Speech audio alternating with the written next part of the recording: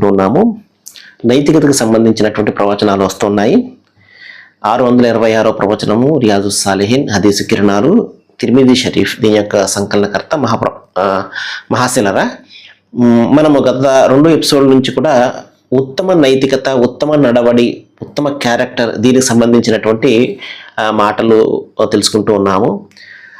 మనలో ఈ సత్యాన్ని కాదన్నటువంటి వ్యక్తి ఎవరు కూడా ఉండరు. అందరికీ తెలుసు నైతికత అనేది, మొరాలిటీ అనేది.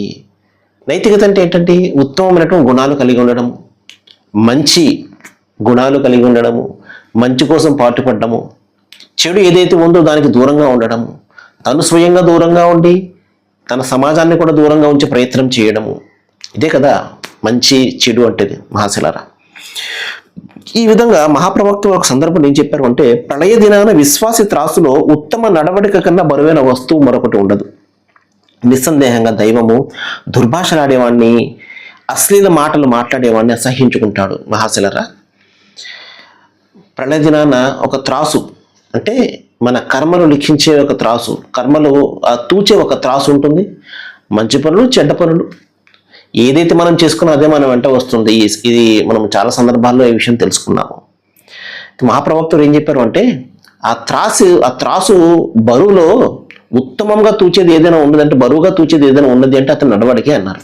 దానికి మించినటువంటిది బరువైనటువంటి వస్తువు మరొకటి ఉండదు అతనికి అని చెప్తూ, దైవము దుర్భాషలు ఆడేవాడిని, అశ్లీల పలికేవాడిని అసహించుకుంటాడు మహాశిలారా. ఈ రోజున ఇది చాలా ఎక్కువగా ఉంది.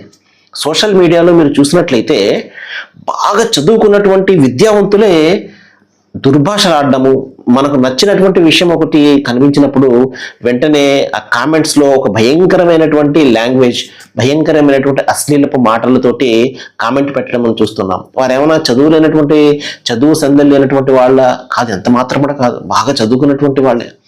మరి ఎందుకు ఈ విధంగా మనిషి దిగజారిపోయాడు?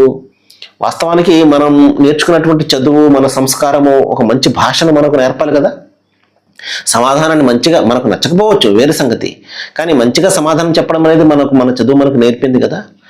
అది కూడా మర్చిపోయి ఎదురుగుండా మనిషి కనబడ్డు కదా అన్న ఒక ఆలోచనతోటి ఏమైనా చేసేయచ్చు, ఏమైనా మాట్లాడేయచ్చు అని చెప్పేసి అశ్లీలపు మాటలు మాట్లాడడము, తల్లి లేకపోతే మరొకటి తీసుకుని వచ్చి వారితో సంబంధించినటువంటి అశ్లీల మాటలు మాట్లాడడము, ఇవన్నీ మనం చూస్తున్నాం.